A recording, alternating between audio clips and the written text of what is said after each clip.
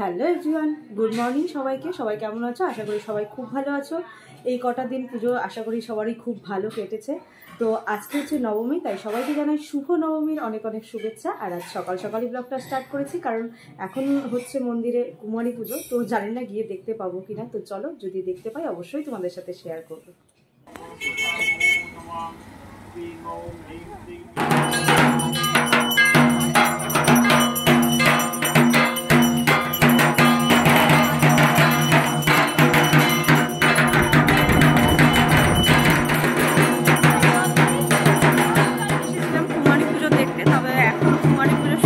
অনেক দেরি আছে, তাই আবার বাড়ি যাচ্ছি।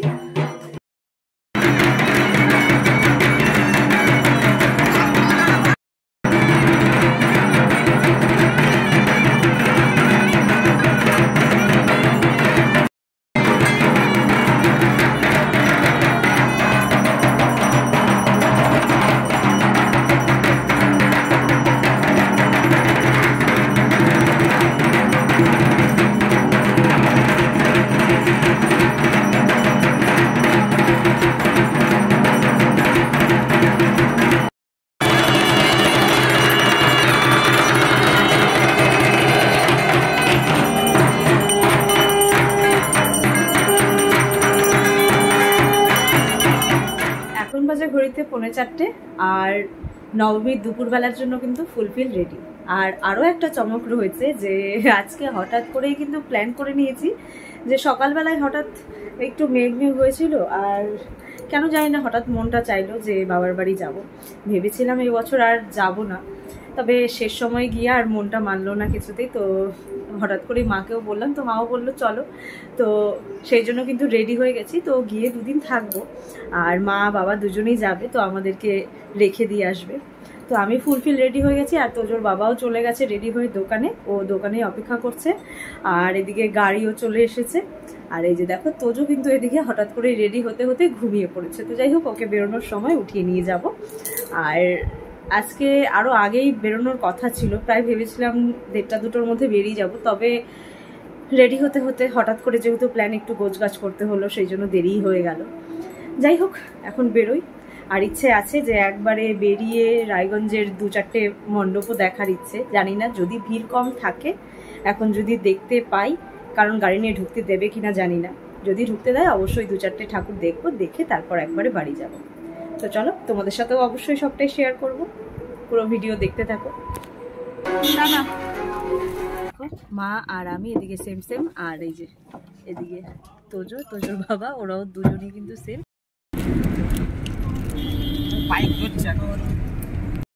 এই যে সামনে আছে বাবা আর তন্ময়, আর এই যে এদিকে তোজো আর ওর বাবা। ও গাড়িতে উঠে নিয়ে দেখো খাওয়া শুরু করে দিয়েছে।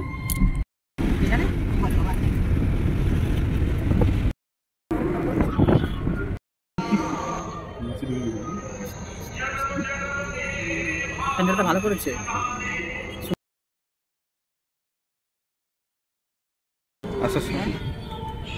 দাঁড়াবা দেখবা।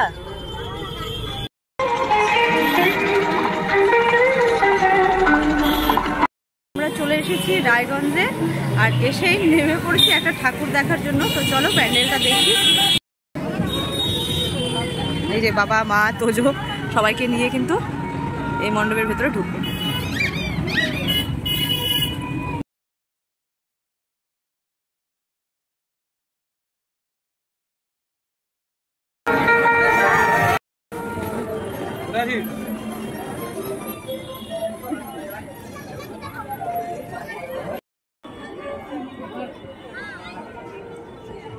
তো এই যে এখন চলে এসেছি আমরা সুদর্শনপুরের প্যান্ডেলটা দেখতে। বেশ সুন্দর কিন্তু হয়েছে প্যান্ডেলটা।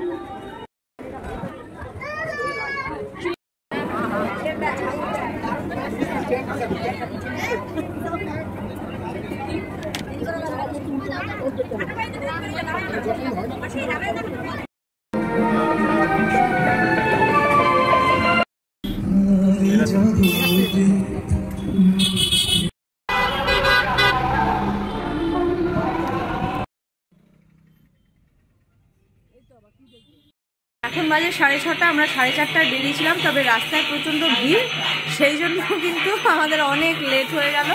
এই যে এখন এসে বাড়িতে ঢুকে গেছি। ভেবেছিলাম আসার সময় বেশ কটা ঠাকুর দেখবো, কিন্তু এত ভিড়, সন্ধে হয়ে গেছে, সব জায়গায় ভিড়, কোথাও গাড়ি দাঁড়াতে দিচ্ছে না। শুধুমাত্র একটা ঠাকুর দেখলাম, দেখেই চলে এসেছি বাড়িতে।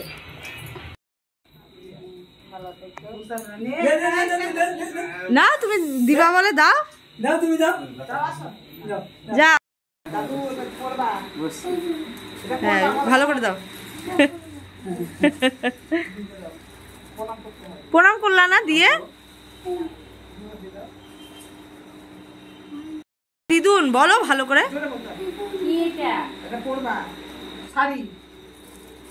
প্রণাম করো। ও একটা ভালো কথা তো, দেখি ভাবি, দেখা দেখা, এই দেখি দেখি দেখি, দাঁত পড়েছে, ওরও একটা দাঁত পড়ে গেছে না। এসে মাদের জন্য রেডি করে নিয়েছি, তো মা ওরা যেহেতু বেরিয়ে যাবে তাই জন্য একটু মিষ্টি মুখ করে যাবে, যেহেতু কালকে দশমী, তো সেই জন্য কালকে তো আর মা ওরা আসবে না, সেই জন্য মাদের জন্য একটু মিষ্টি রেডি করা হয়েছে। তো এই যে মা ওরা একটু চা খাচ্ছে, খেয়ে তারপর একটু মন্দিরে যাব, বাড়ির পাশে যে মন্দিরটা আছে।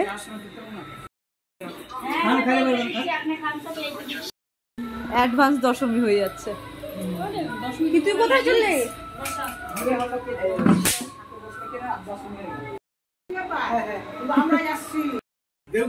এই যে বাড়িতে এসে কিন্তু সবাই একটু বসে বসে আড্ডা দিচ্ছে,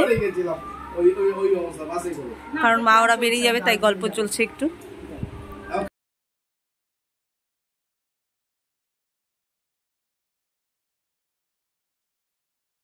মন্দিরের পাশেই ছিল একটা নানের দোকান, সেখান থেকে দেখো বাবার নান আর হচ্ছে গিয়ে এদিকে পনির বাটার মশলা নিয়ে এসেছে। তো মা ওরা বেরিয়ে যাবে তাই জন্য তাড়াহুড়ো করে বাবু নিয়ে আসলো।